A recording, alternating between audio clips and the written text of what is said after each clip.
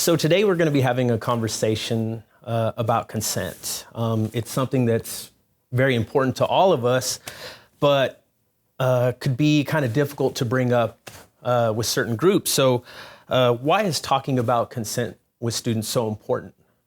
I think it's really important to talk to students about consent because we need them to be educated about what consent means to them, right? So that they can also exercise consent with their friends, with their partners. I think it's important for them to understand that it happens in all areas of their life. So maybe borrowing a pen from someone in class or touching a shoulder during a joke. It's them understanding that it's setting that foundation for every relationship they have with students, and then also respecting the boundaries and maybe bodies and space in a more intimate relationship. Okay. And I think it's important for parents and family members to talk about consent as well. I mean, students get all kinds of information about topics like intimate relationships or consent from many sources, including their peers.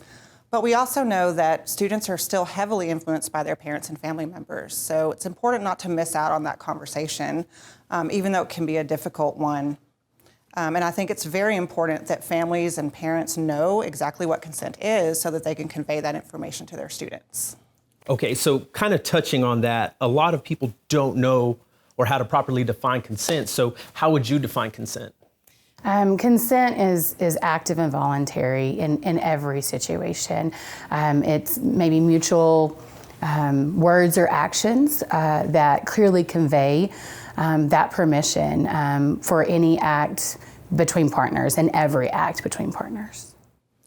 Yeah, and I think that a lot of times students don't know either how to get consent or even how to give consent. And so it's very important to talk about that.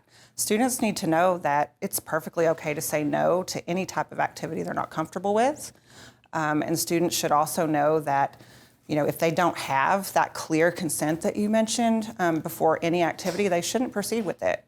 And I know that talking, as a parent or family member, talking to a student about that can be a really tough conversation.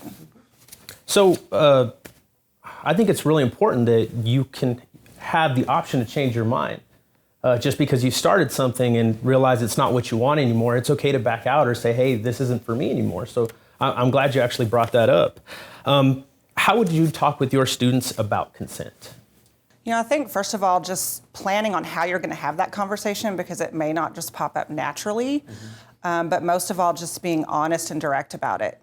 Students whose families have been open and honest about topics like sex or consent or even alcohol will trust their families more to talk to them if something bad occurs. Meredith? So I know, like with my children, raising my boys, we have had that clear conversation from when they were little. I think it's important to empower them to understand that they get to set those boundaries themselves. And it's, anything from maybe leaving an event or a family party and not just hugging everybody that maybe you just don't know so well. You do have those established relationships with some people, so it's okay to hug someone and just assume that they want to hug. Also, growing up in North Texas, raising my children in West Texas, there's that politeness factor, right? You talked a little bit about that, Christine. And it's okay to not be polite when it comes to your body, to set those boundaries, and for people to understand that, I'm going to protect myself and protect you. And I think, too, it also makes those relationships more genuine when you have that established consent. And so I think it's important to teach our children that. Yeah, so I have a 5-year-old, and we always have the conversation, how do you know it's okay? What signs do they show you that this is okay? So I'm glad you actually brought that up. This is something I think that we need to touch on at all levels, starting from very, very young age, all the way up until, higher education levels. So I'm glad you actually touched on that.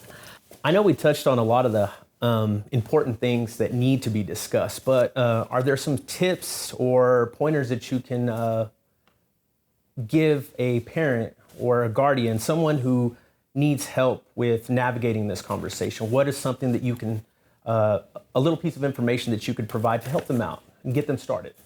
One thing I think would be to research, the resources that we have at Texas Tech that talk about consent. That could be the Student Code of Conduct. It could be calling my office and talking with me about it. It could be talking to Title IX office about it.